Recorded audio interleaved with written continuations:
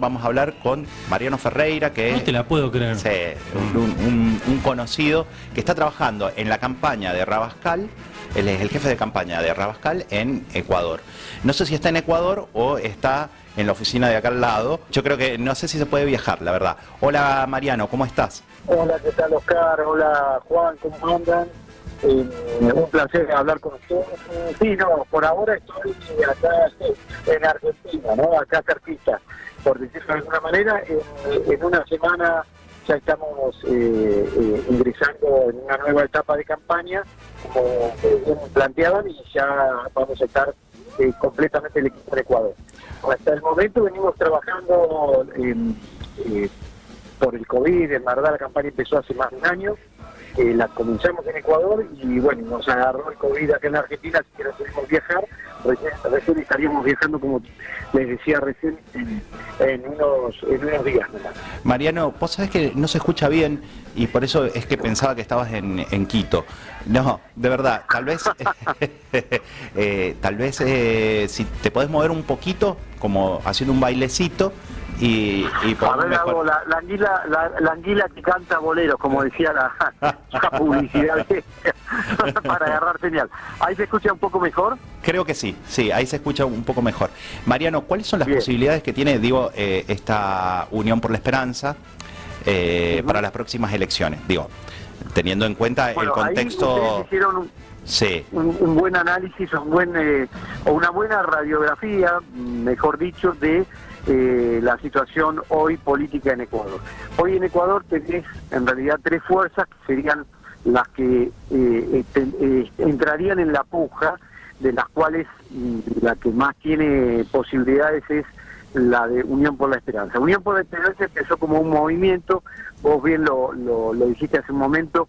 El correísmo, a diferencia de lo que sucedió en la Argentina, ganó las elecciones en la última elección a presidente, y en ese momento el correísmo, Correa propiamente dicho, tenía un movimiento, el RC, ese partido ubicó a sus dos ex vicepresidentes de los diferentes gobiernos de Rafael Correa. Uno es Lenín Moreno, que es el actual presidente, y el otro es Jorge Glass, que también fue vicepresidente de Correa.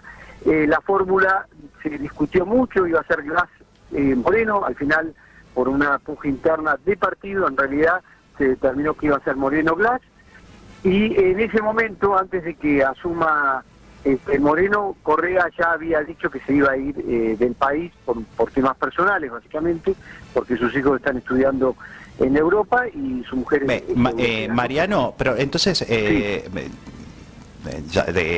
hay rumores de que estaba proscripto, Correa, que no podía volver a Ecuador. Claro, la primera aclaración es esa. Él nunca se fue por problemas legales de ningún tipo. Él, incluso en la campaña de Lenín Moreno, que la campaña la hizo Correa, así como hoy pueden ver que Correa también participa muy activamente en la campaña Arauz Rabascal, lo mismo lo hizo con Moreno Glass. Claro. Y ya advirtiendo de que había cumplido un ciclo, que él no iba a volver a ser mandatario ni ejercer ningún cargo público, y por lo cual se iba, por una cuestión personal, que iba a estar siempre cerca de Ecuador, pero se iba a Europa.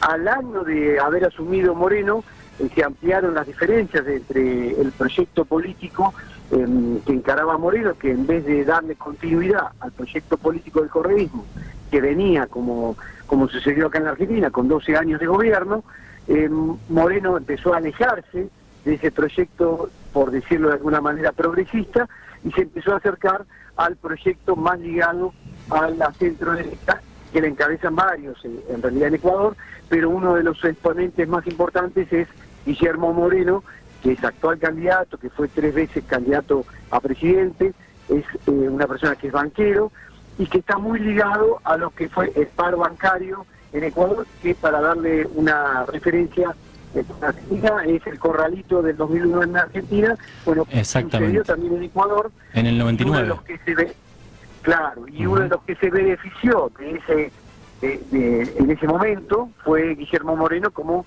dueño de varios bancos. Claro. Se podría decir, Mariano, que lo que pasó en Ecuador fue lo que pasó acá con Kirchner, pero al revés. Dualde se fue para el centro y Kirchner se fue más para la centroizquierda. Bueno, hay gente que lo discute, pero más o menos así.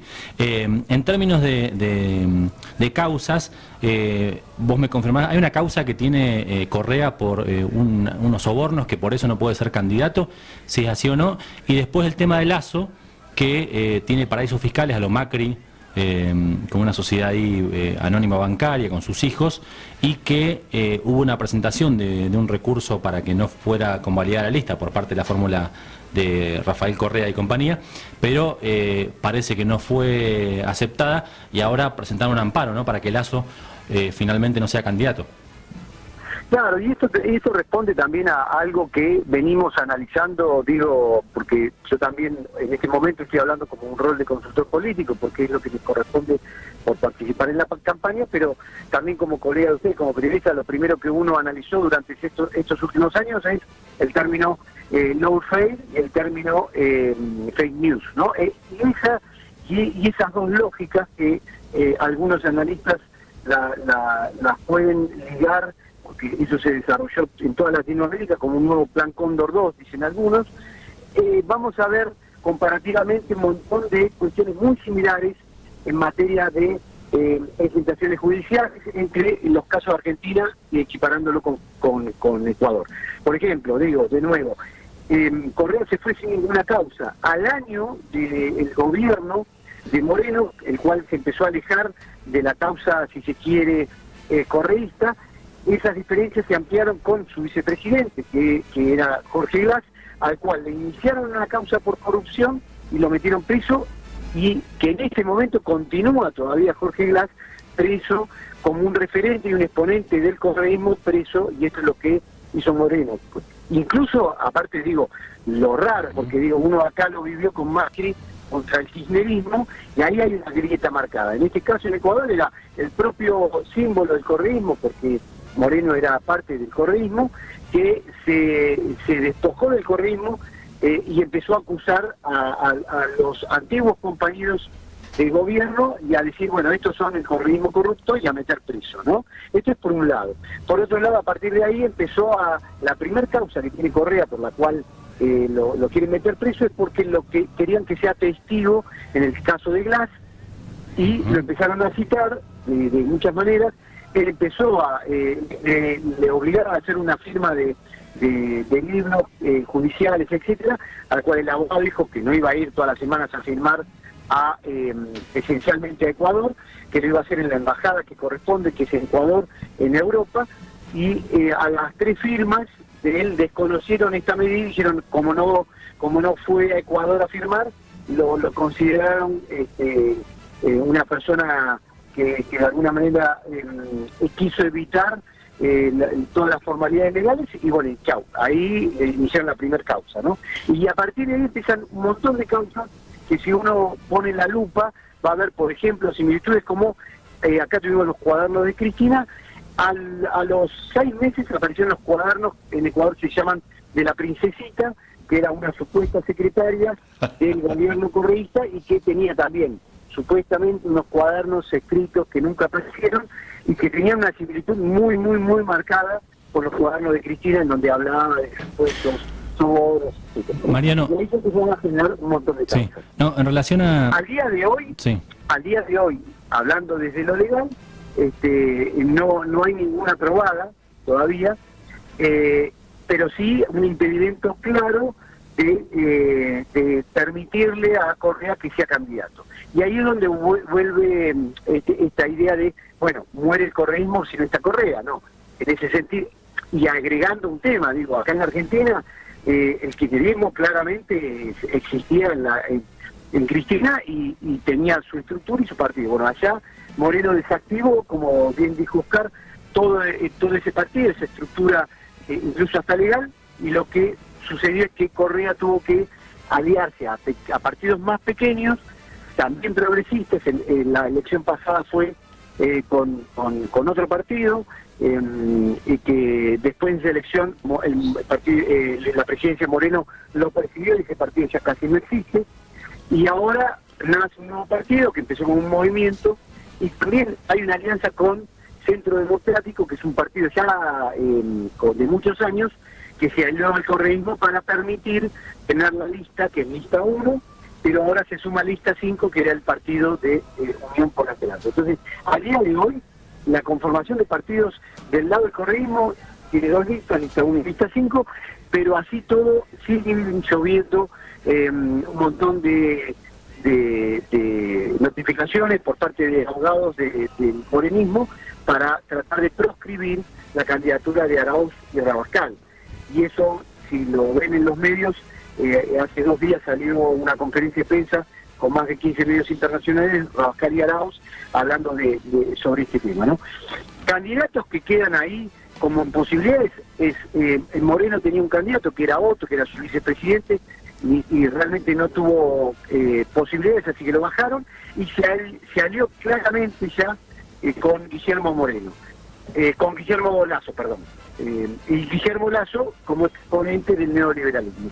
Y el tercer candidato con posibilidades que aparece es Yacu Pérez, que en realidad no se llama Yacu, sino se llama Carlos, que transformó su nombre para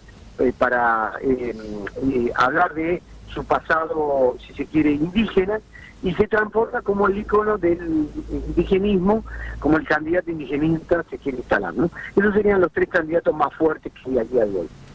Mariano, siempre que tenemos contacto con otros países es imposible dejar de ver las similitudes, digo, en términos culturales, políticos que hay con Argentina. Digo, todos estamos como en las mismas situaciones y escuchándote a vos, vemos que lo que se pone en juego en Ecuador es lo mismo que en Argentina, digamos.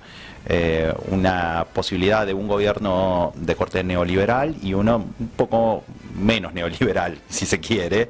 Así que, bueno, Mariano, te dejamos y seguiremos en contacto para saber cómo sigue la cuestión de la campaña política presidencial allá en Ecuador. Te mandamos un abrazo y muchas gracias por comunicarte con Comunidad Terapéutica. Bueno, los dejo y la comunidad va a tener que ir allá porque también, si tienen la posibilidad de tomarse un poco el tiempo de ver algunos componentes de campaña, van a ver que las calidades de candidatos que hay a presidente que necesitarían un poco de terapia. Bueno, entonces podríamos pensar en hacer comunidad terapéutica de verano desde Ecuador, ¿sí? Totalmente. ¿Podrá ser? No sé si se puede viajar. Sí, claro que sí. ¿Ya se puede viajar? Nosotros estamos viajando, íbamos a viajar este domingo, pero al final pasamos unos días, estaríamos viajando después del 15, y estamos a disposición, ya vamos a estar, ya hay un equipo ecuatoriano que trabaja para la consultora, pero vamos a ir algunos de acá, así que estamos a disposición para lo que ustedes precisen y necesiten desde allá. Bueno. Vamos a instalarnos y hasta el 7 de febrero, en realidad hasta el 9 de febrero recién volveremos a la Argentina, pero vamos a estar allá lo que resta de la campaña dura, que allá en términos electorales la campaña son los 30 días finales, ¿no? Según la legalidad que marca claro, la Comisión Nacional Electoral. Bueno, Mariano, un abrazo grande. Nos vemos. Abrazo para todos allí.